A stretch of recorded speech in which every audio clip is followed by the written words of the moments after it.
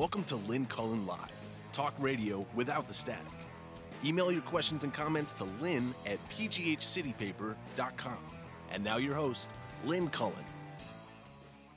Testing, 1 2 1 2 1 2. I'm just seeing my voice is here. I was, I suppose, like some of you, I was screaming a lot last night at my television set, and I come to you ragged as a result. Well, that was quite an afternoon, wasn't it? Since last we saw each other, It was the best television on for once. I who have been counseling people to steer clear of CNN and MSNBC and all the rest, except in small doses, was pretty much glued to CNN from about 3:30 on. Wow. What a horrendous day for Donald J. Trump, which is reason enough for celebration. I assumed, and wrongly so, that his speech in West Virginia last night would be the cherry on top in terms of the reality show that I had been entranced by all afternoon, that the continuation would, of course, be Trump going insane in Charleston, West Virginia, before his adoring throngs. Who, by the way, I was watching with a friend who pointed out that the audience seated behind Trump, while there were some obviously just thrilled with every utterance that came from his mouth, a whole bunch of them, including a very uneasy-looking black man who had clearly been placed so that the shot of the president would include this black man. And there was another black man in the shot up on the other side. That guy was going berserk through the whole thing. Yeah, he was loving it. There have been suggestions that that some people are paid to come to Trump rallies. And I have sort of poo-pooed that, figuring there's enough people. God dang it. It's just not going to be any better. I started wondering as I actually watched a lot of his speech, which, by the way, was not carried on CNN and MSNBC, which is something that they should have been doing for the last 2 years when they helped Trump win the presidency by covering every rally, every speech, from beginning to end. The fact that they did not, I couldn't believe it. That I said to my friend, well, as soon as he starts going off the rails, CNN and MSNBC are going to cut to him. Obviously, Fox ran the speech in its entirety because it is Donald Trump's channel. But this black man, I kept watching him. He originally had a sign which got lower and lower, and he never cracked a smile. He never exhibited any love for anything that Trump was saying. It was very odd. And he wasn't alone, and that it was a real glum kind of a group all the way around who I'm sure were hoping that the president would, really go nuts because they love that in him. Damn. Of all days, you have to desert me. So last night was a clear indication of Fox News being nothing more than a propaganda outlet, while everybody else was, of course, chasing what will go down in presidential history as a major, major moment in American presidential history. yesterday afternoon. What is it? August 21st, 2018. That's a date people will remember, I think. Fox, you know what their big story was after airing Trump's entire speech? Their big story, the shiny object, look over here, was the arrest of an undocumented person from Mexico in the murder of a lovely young white female jogger in Iowa. She has been missing for some weeks, and it was a gift to Fox that this, as they put it, illegal alien led police to her body. And Trump spent a lot of his speech, by the way, talking about that and about the need for build a wall.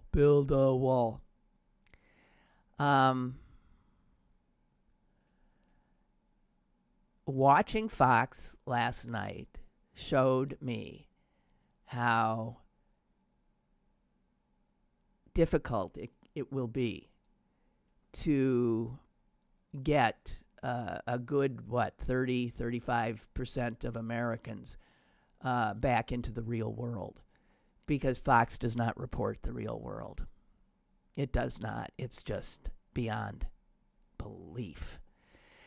Okay, I'm a little subdued. If you wanted some fireworks from me, I really don't know. I mean, I'm sure you've been ingesting everything you can get your hands on. I'm not going to tell you anything you don't know. One of my other senses is that those who had said that it's Stormy Daniels and Karen McDougal, the other Playboy centerfold, that it's these women, much more so than Russian collusion, that'll take this guy down.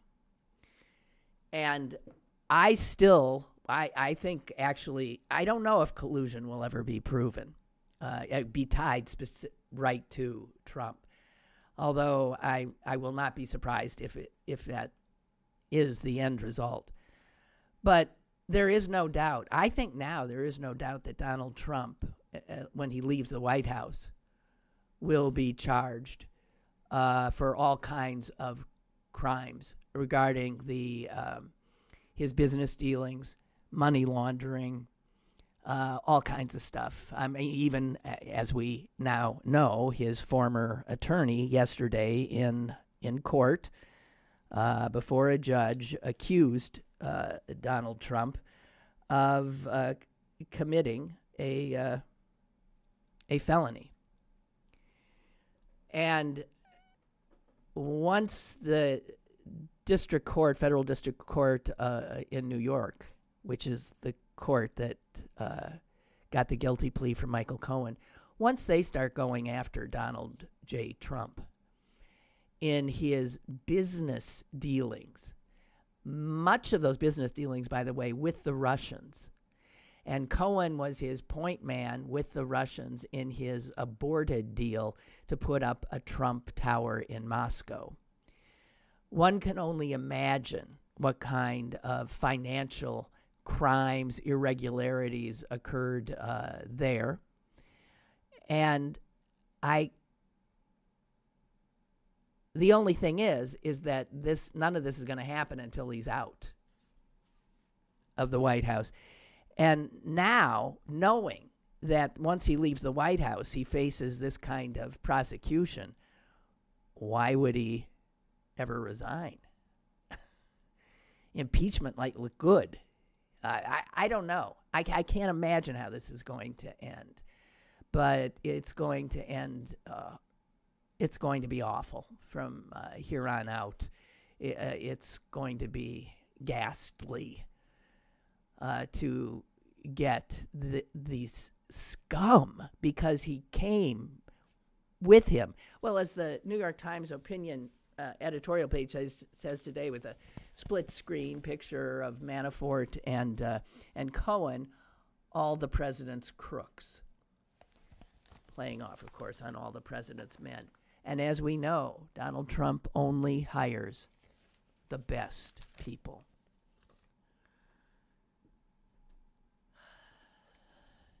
So,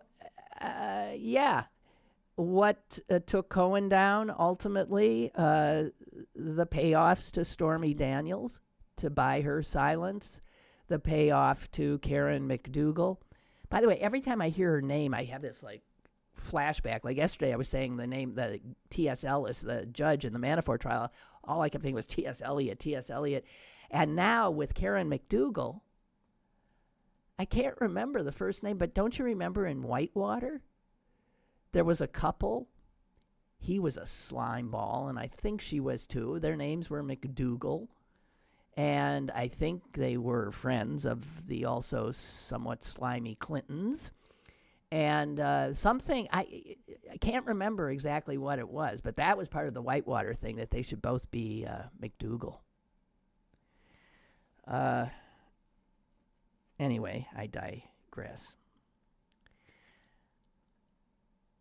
So, I mean, the fact, there's something very gratifying about the most powerful man on earth being brought low by these two women who make their living taking their clothes off for men like Donald Trump. I just love that he treats women with such scorn and disrespect. And the takedown to Stormy and to Karen McDougal. Oh, shut up. Okay. The Wall Street Journal, I don't know which uncomfortable editor had to write this. Thank you, Milton. James and Susan McDougal. Yeah. I think they were quite a pair, as I recall. Wall Street Journal opinion page today. I mean, they can't run from it. They say that Manafort and Cohen and what happened yesterday, first of all, they call them shady operators. Fine, shady operators is one word, convicted felons is another. Shady operators Donald Trump associated with in his private and political life. Now, that's the first sentence says that. Shady operators Donald Trump associated with in his private and political life. And notice that the verb associated is past tense. It's little things like that, that if you're schooled in critical thought and or media literacy, they catch you. Are they suggesting that the president only consorted with shady characters in his private and political life in the past? Associated? I don't think so. Associates is the proper. And they go on to say, Manafort is a longtime Beltway fixer whose business was profiting from his political connections. That is, as a member of the kleptocracy, right? Let's get into this. They see it not as as being a public servant. People like Paul Manafort and those that Trump surrounds himself see public service as just a cash cow to loot. Get it while you can. And the Wall Street Journal does point out that Paul Manafort, who the president hired to run his campaign, is the personification of the swamp. So, and yet, the Wall Street Journal covers for this president all the time, is desperate to get from him what it wants for its rich subscribers. And so the Wall Street Journal is complicit, as is the Republican Party, in enabling and abetting Donald Trump, who has associated with lowlifes and shady characters in his private and professional life forever, and who is himself the personification of a swamp dweller. So the Wall Street Journal's editorial says things like, all of this reveals Mr. Trump at his worst. Yes, but then they go on to talk about other things, and they end up saying nothing.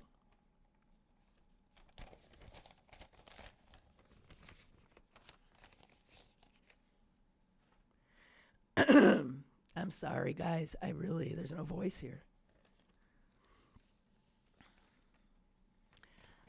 When I looked at the headline in the New York Times, I ripped it out. As you can see, I really mean it when I said ripped. I ripped it out because I thought, ooh, those are real big letters for the Times. They tend to be sort of, well, I wouldn't necessarily get too excited here. But that's a pretty excited headline in the New York Times. And I thought, oh, you should rip that out because you can start keeping the headlines that lead to the ultimate headline, which, of course, is Trump found guilty. Or Trump impeached. There's another one I'm waiting for. You got it. But next time I'm going to try to rip with a little bit less enthusiasm so that I can retain it. Oh, God, guys, you're going to make me talk the whole time when I don't have a voice? Huh? I could use some callers today. Let's see. Yeah, okay, Milt. So it was Susan and James McDougal. I got that. Little Tony says there's always a black man or woman placed directly behind Trump at his rallies. Yeah. And you know what? In Republican National Convention coverage, and this has been going on forever, there's next to no black delegates to a Republican convention. So they always round them up, or they round up the state that has the most, and they give that state front and center so that you're seeing black people. I see black people. But, yeah. My question was, I really wondered if the guy behind him last night, was paid. Like he said, hey, we'll give you this much money if you're going to sit there and listen to Trump and hold up that sign and act happy. Maybe he took the money and then you could just see him deflate as it went on. And I'm thinking that is maybe because he was feeling like he made a deal with the devil, maybe. Like, I can't believe I'm sitting here doing this, which is why his sign, which I can't remember what it said, started here and then just started going down. It ended up in his lap. Maybe about 2 minutes later, he had it between his legs, and then it is like on the floor. I don't know. But yeah, West Virginia, that's where the president goes when he needs a little buck up. I need a buck up, so we got a caller. I'm glad. Thank you. Hello, caller.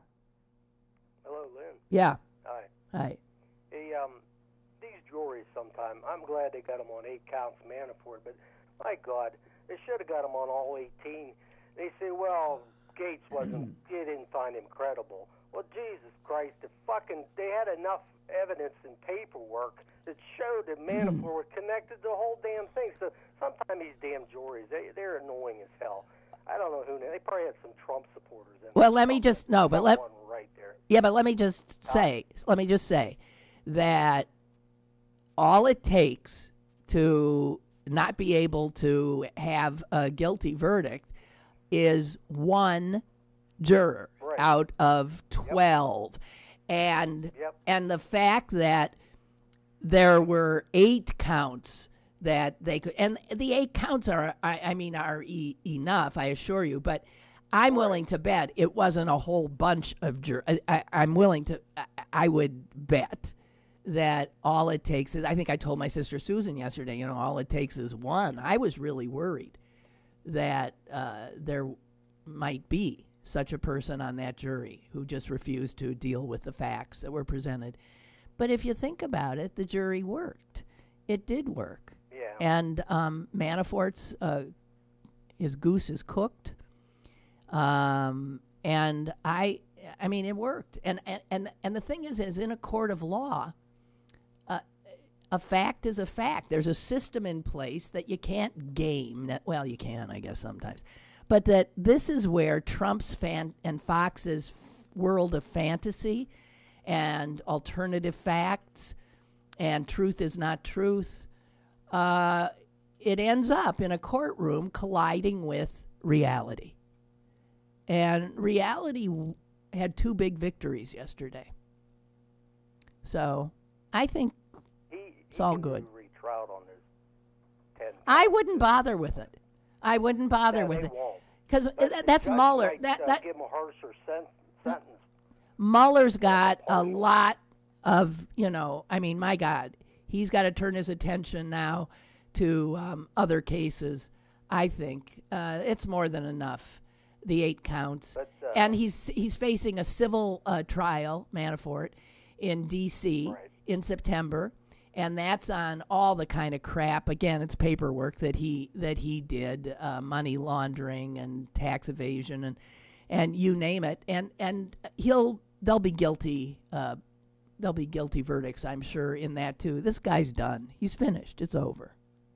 As far as impeachment, I'll believe it when I see it. Just like November election, I'll believe it when I see it. Yeah. I don't make any calls or predictions or nothing. When I see it, then I'll believe it. Okay. Well, that's smart. Yes. That's smart. Okay. Okay. Thank you. Bye. Bye. I think, we all should learn not to count our chickens before they're hatched. And anybody, it was a great day in many ways, but it's not the end of Donald Trump and his presidency. And anybody heard anything from any major Republican figures? I'm serious. I haven't heard. Has anybody? Did Paul Ryan make a statement? Did what's his name, Yertle the Turtle, make a statement? Did any of them? Of course not. And this will not be enough to change their game plan of getting as much as they can out of this presidency while protecting him as much as they can. It's amazing. If there were a Democratic Congress right now, this guy would already have been impeached. This is slightly bigger than Bill Clinton stooping Monica Lewinsky and lying about it. Do we agree with that? So, the fact that you have Michael Cohen say that he paid off these women in coordination with and at the direction of, and in coordination with, that gets you into, of course, conspiracy. Coordination means conspiracy to commit a felony. And then at the direction, ordered to. So that means that he's saying, the candidate, who we all know, that's just pretty stunning. And he quite clearly also said that this is a quote, I participated in this conduct for the principal purpose of influencing the election for president in 2016. They didn't want Stormy Daniels and Karen McDougal on all the front pages of newspapers and on their televisions when the election for president was upon us. So, if you were watching like me while they were waiting in the Manafort trial, I mean, these things happened like right on time. Manafort, it took a while. It looked like they might be hung. It looked like it might go into another day. And finally, when news started breaking, because it was in a federal courthouse where you can't have cameras, you can't have reporters, you can't have recording devices, you can't have phones. So reporters can't, like, text from the only way you get the information out to a reporter standing outside who wants to go live on CNN is running it to them. And it was a riot watching these people come just tearing out the front door of them and heading off like, and most of them were women. And at least they knew, I guess, that their job was to be a runner. So even though they were wearing dresses, I mean, they should have had on tracksuits. They none of them were in heels that I saw. They were, and they were all like tearing out. Here comes one. Here comes another. And there was one woman. I don't know if you saw her. There was one woman who just stood out from all of the others. It was a woman in a pretty tight blue dress. And she was running, not like the other. You know how if you run in, she was pumping. Her knees were like up in the air. I mean, she looked. It was just amazing how much different she looked. She looked like she was running the 440. I mean, it was serious. It was elbows up, knees up, pump, pump, pump. What a riot. I saw on Twitter, and it's always nice to know you're not the only one who, upon seeing her, and I only saw her once. I don't know if she did it more than once. Only saw her once, but I thought, wow, literally, you go, girl. My God. She's fantastic. I would definitely have her as a runner. And then she ended up tweeting. There's a tweet that came out today from Cassie Semyon. And she says this: yes, it is me, the journalist in the blue dress, running after the Manafort verdict. Thank you for the photo. Somebody had a picture that they had sent her. Well, because people were, who's the woman in the blue dress? And it turns out she was a runner for NBC.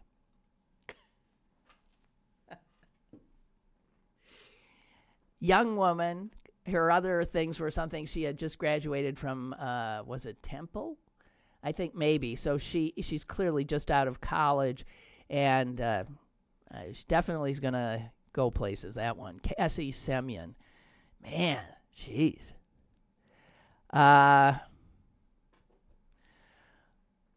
What else? Oh, who's the happiest guy in the world in terms of bigger things happening? So his case, which is the story that would have had him front and center on all the newscasts, was totally overwhelmed, of course, by Donald Trump's horrible, terrible, incredibly difficult day.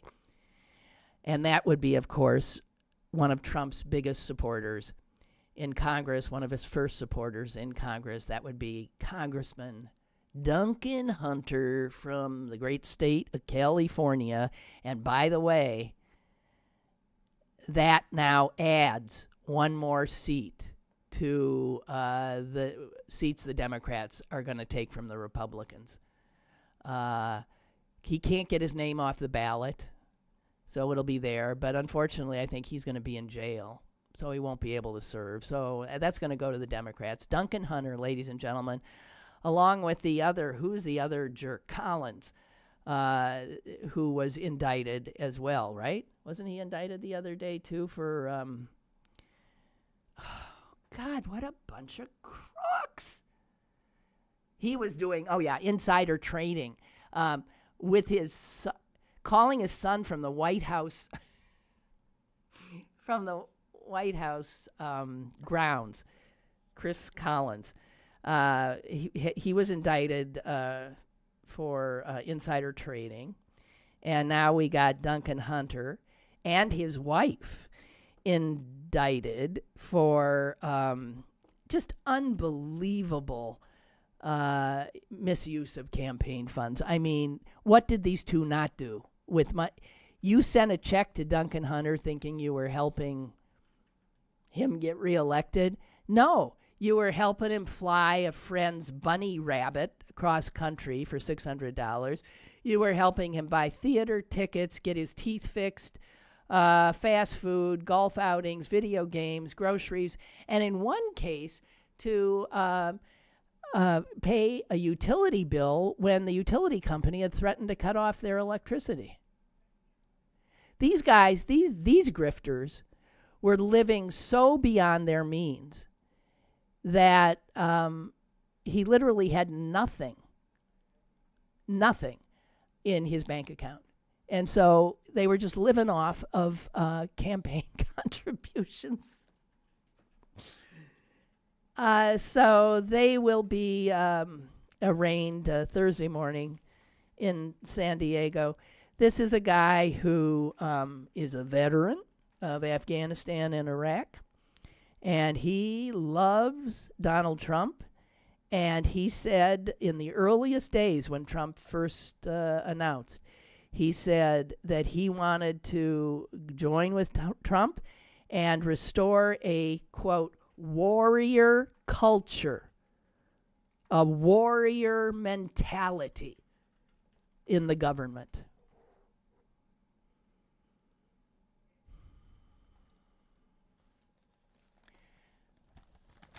You're starting to wonder if the Republican Party is literally just not a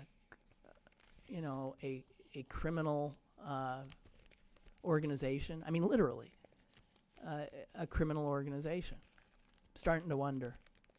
I am starting to wonder. What a bunch of crooks. What a bunch of absolutely no moral centers whatsoever. And this is the party that deigned to look down upon the rest of us for our lack of family values. These are the people who go to the mat for their Christian values. Wow. Unbelievable. Unbelievable.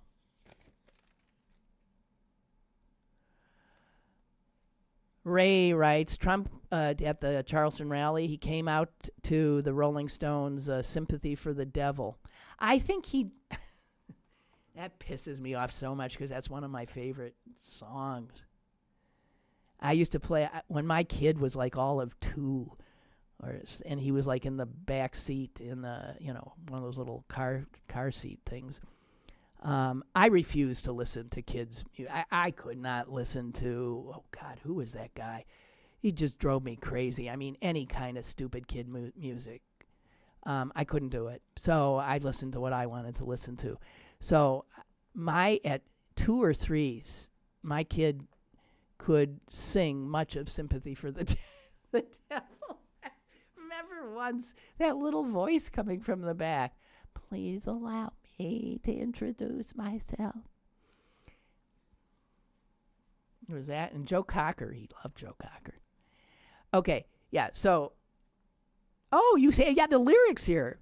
Yeah. Okay. For those of you who don't know the lyrics, I don't think I need them, but yeah. Ray says, I was gobsmacked at the audacious irony of this idiot playing Sympathy for the Devil as he walks out onto the stage in Charleston, West Virginia. And he says they know what they're doing and are mocking us for our fecklessness, our inability at stopping them. Well, maybe, but I think we're going to get the last laugh if, in fact, there's anything to laugh about by the time it's all said and done and we're reduced to rubble. But do you know the words? Please allow me to introduce myself. I'm a man of wealth and taste. I've been around for a long, long year and stole many a man's soul to waste.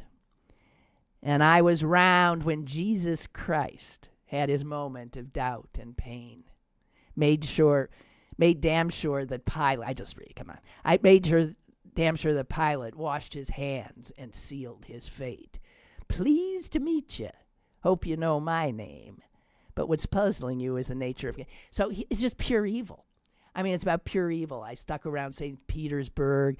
When I saw it was time for a change, I killed the czars and his ministers while Anastasia screamed in vain. I rode a tank, held a general's rank when the blitzkrieg raged and the bodies stank. This is what our president is writing. Pleased to meet you. Hope you know my name. Oh, yeah. I watched with glee while your kings and queens fought for 10 decades for the gods they made. I shouted out, who killed the Kennedys? When after all, it was you and me. Wow. Just as every crop, listen to this. This is Trump's song. Just as every cop is a criminal, right? And all the sinners saints, turning things upside down. All heads is tails. Just call me Lucifer, 'cause I'm in need of some restraint. So if you meet me, have some courtesy, have some sympathy, and some taste. Use all your well-earned politesse, or I'll lay your soul to waste.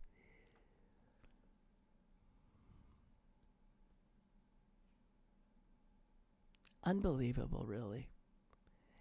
And Ray, I'm glad to see the PS because, it'd be nice if I know you don't like calling in, but when the subject comes up, Ray is a practicing Catholic, and he says if you ever want any questions for a Catholic answered, I'd consider volunteering.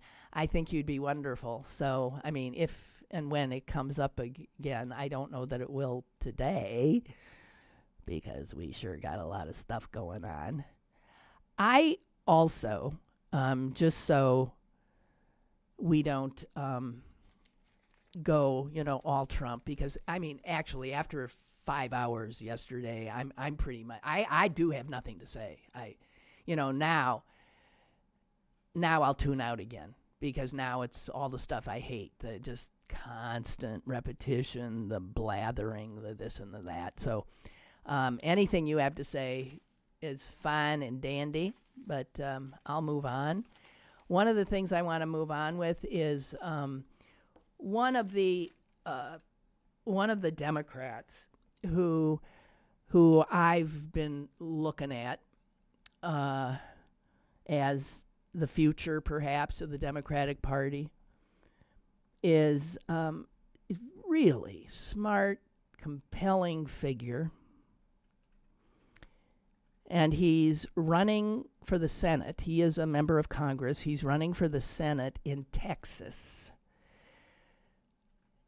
In order to get there, he's got to beat Ted Cruz. Now, beating Ted Cruz in Texas ain't going to be easy. When's the last time that Texas had a Democratic senator? I can't imagine. That is one red state. However, you got a date? 93? And who would it have been? Senator Kruger? That name doesn't ring a bell at all. Wow. I don't know. I mean, I can think of some great Congress people from Texas, like Beto O'Rourke. That's this guy's name. His name's O'Rourke, but I think he's Hispanic. And I think he's former military too, is he? God, he's just wonderful. He is just so wonderful. And in his campaign against Cruz, he has eschewed, God bless you, he has eschewed all the PAC money, all the corporate crap. He's got a big war chest because people are giving him money. I have seen no polling. I suspect that it would be almost impossible. But I'm looking at him as a possible presidential contender for us. Beto O'Rourke. And something's out there on Twitter right now that some of you may have seen, and I suspect most of you have not. So I am going to play it now. This is Beto O'Rourke, Senate candidate in Texas, Democrat. He's in front of a bunch of voters, and a young man asks him a question about the NFL players.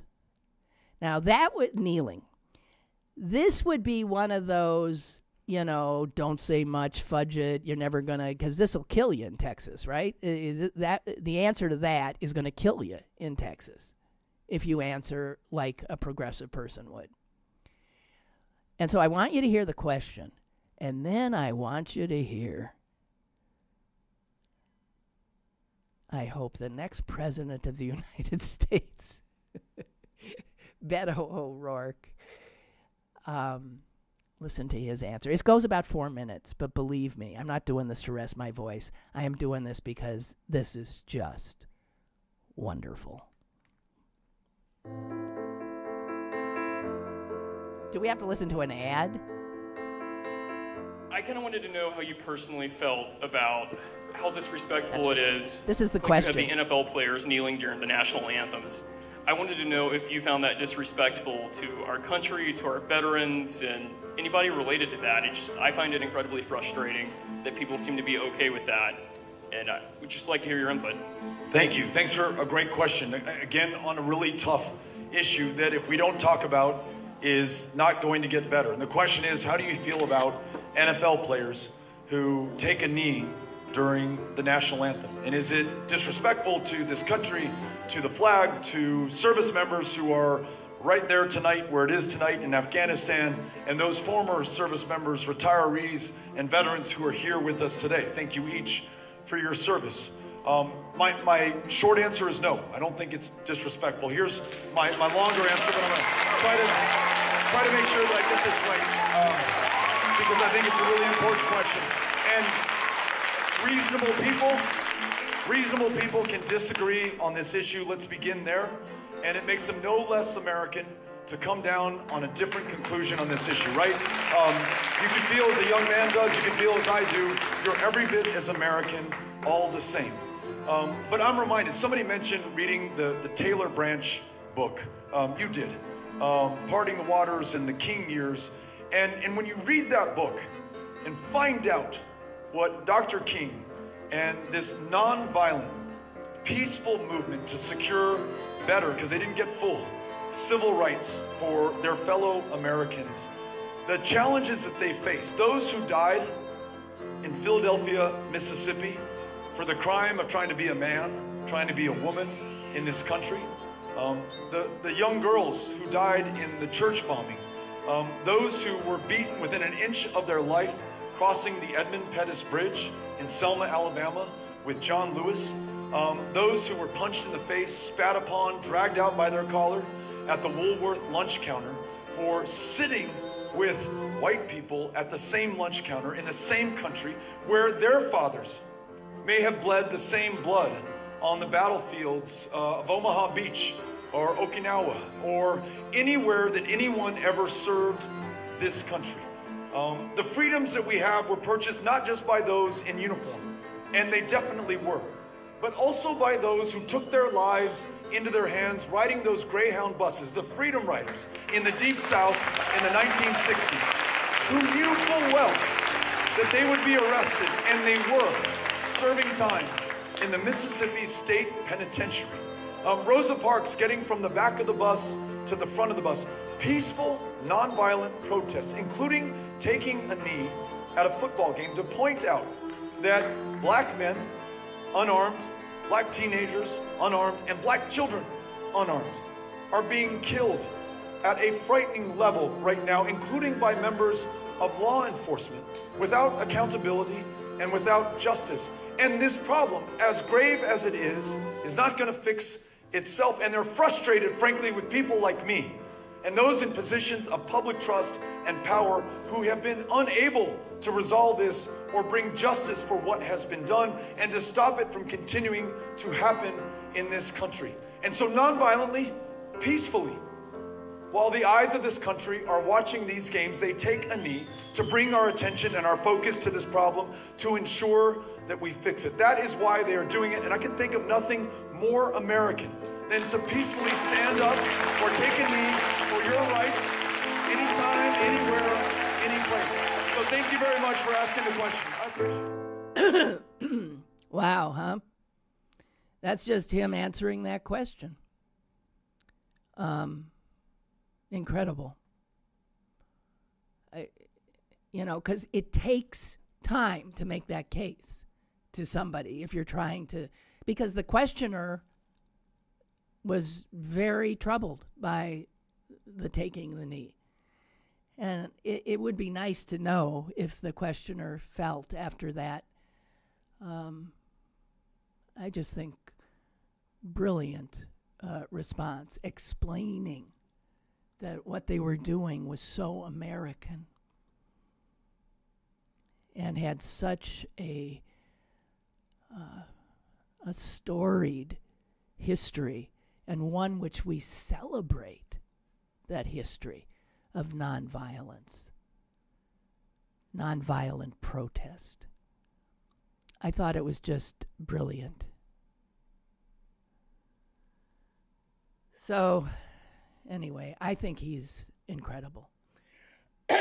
Excuse me, I'm so sorry.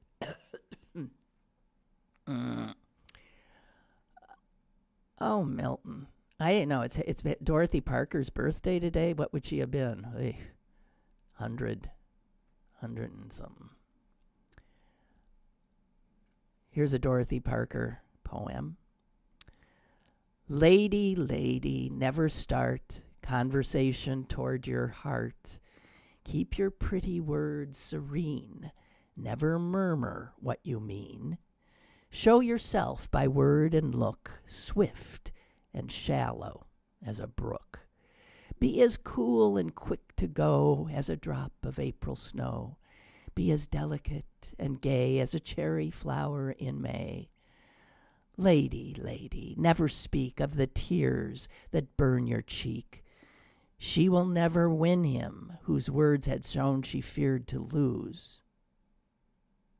Be you wise and never sad, you will get your lovely lad. Never serious be, nor true, and your wish will come to you. And if that makes you happy, kid, you'll be the first it ever did. Telling women to not show their intelligence. Telling women to be quiet, be delicate, be happy, smile. And that's the way you get your guy.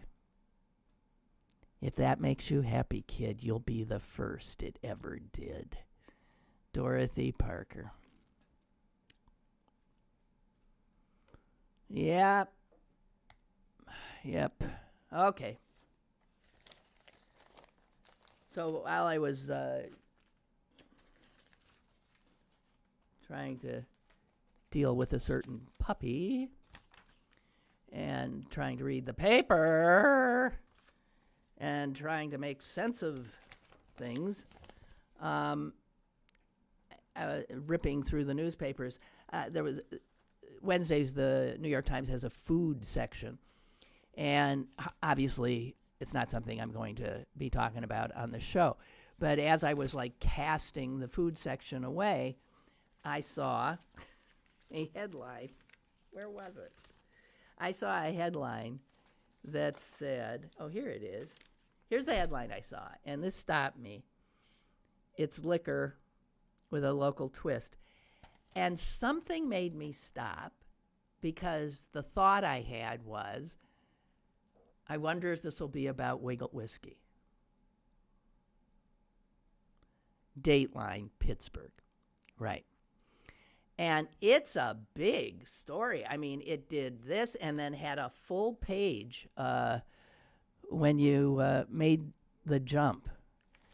So it's funny how when it comes to the food sections these days and you see something like that, thinking that it's that it might be Pittsburgh is often true. Okay, Ed, thank you. Ed's sending me really good. He says interviews of really good people who I guess are running, right? Oh, this is a book by Lawrence Wright, whose book is called God Save Texas. And he is a Texan. I haven't read the book, but he's a Texan who does love Texas and tries to, I guess, explain that strange state to the likes of me. And he's clear to point out that if you look at voter registration in Texas, it's Democrat. The Democrats have more voters. But I would argue that that's the same as these parts, where a county like, Westmoreland or Butler or Greene or whatever have probably a majority of Democratic voters, but they are as red can be. And I think what that is that, and in Texas it would be the same in large part, wouldn't it? These are leftover, these are Democrat registrations from the time when the Democrats were the party of the South, before Lyndon Johnson, a Texan, signed the Civil Rights Act, the Voting Rights Act and the Civil Rights Act, right? Because I think it's the cultural issues that came later, and racial issues, and, gays and things like that, that took all these Democratic voters and really essentially made them what the term we used was Reagan Republicans. They all voted for Reagan. And a lot of them never came back, but they have never changed their party affiliation, I think. And now there's a lot of those Democrats that vote for Donald Trump as well. But that's what I'm thinking. I haven't read the book. He'd probably say, no, you're wrong. I think a great deal of the Democratic registration in Texas is also Hispanic. And I think Hispanic turnout has not been what it should be. And I really can't imagine that Donald Trump is not the guy to get the Hispanic vote out. Not for him, of course, but against him. And I'm really, really hoping that the Hispanics will help the blue wave in Texas. Who knows? Maybe O'Rourke wins there. Can't imagine. It would be mind-boggling to me if he did. Wow.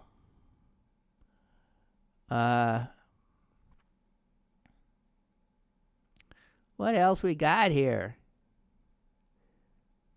Am I running short? What? On a day when I was thinking I should start the show by saying, what can we talk about today? Did anything happen? What I said is I was absolutely incorrect when I turned to my friend and said that we got to watch this Trump speech because he's going to go ballistic. He is going to go off the rails.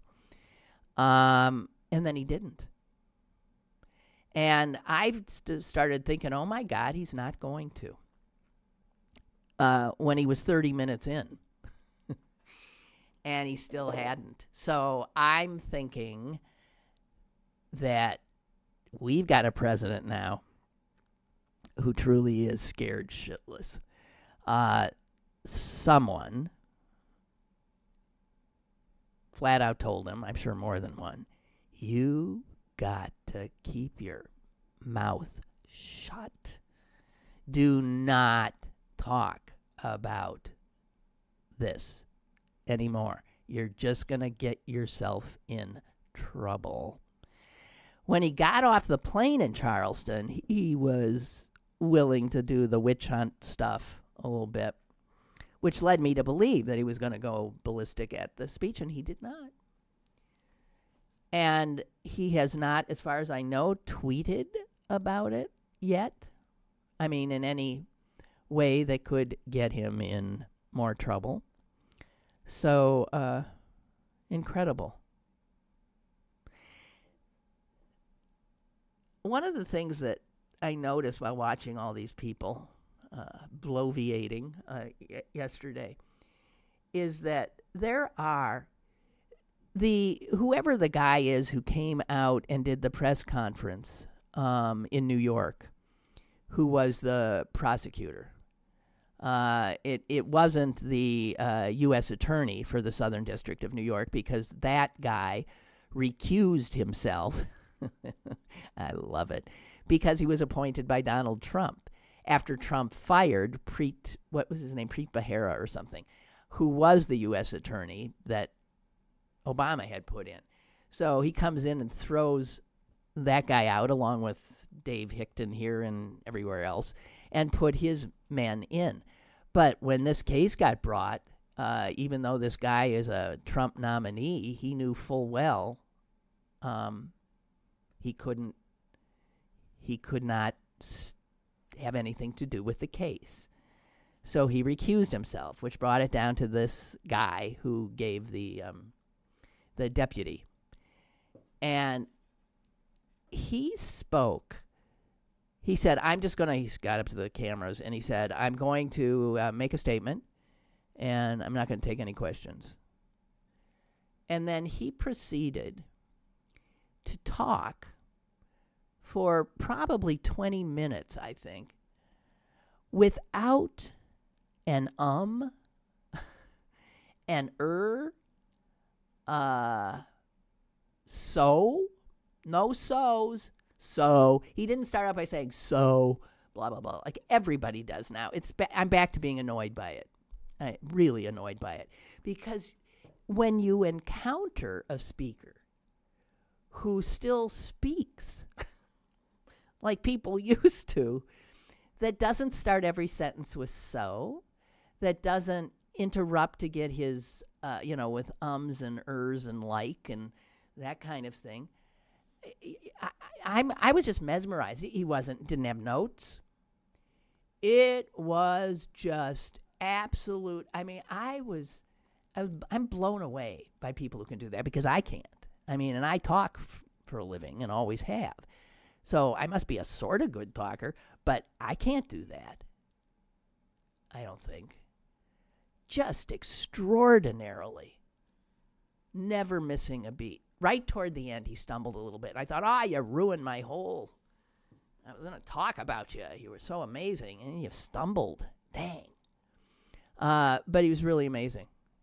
And there's also I don't know who he is. I don't watch enough anymore, but there's a African-American guy who is clearly an attorney.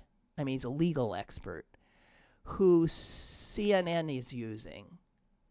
And he's never on set. He's always, probably he's in New York, I get the feeling, for some reason. And he also never says never says talks fast with the only thing he does that is off-putting is he is like this. He is like, I kept thinking, what do you look like when you're like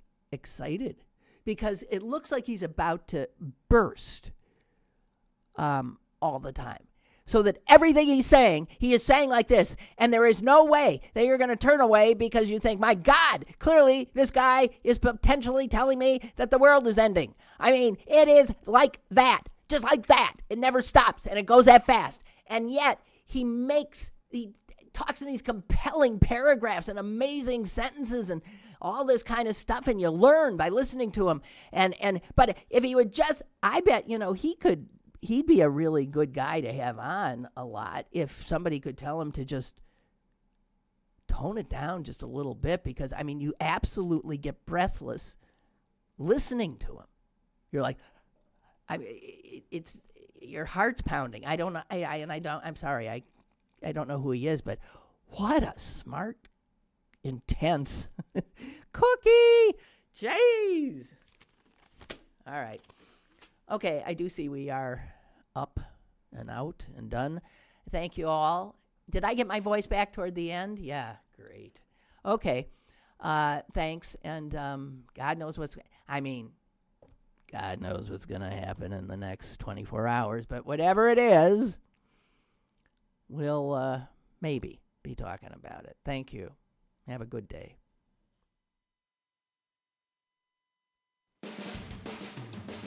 Lynn Cullen Live, Monday through Friday from 10 a.m. to 11 a.m. and archived at pghcitypaper.com.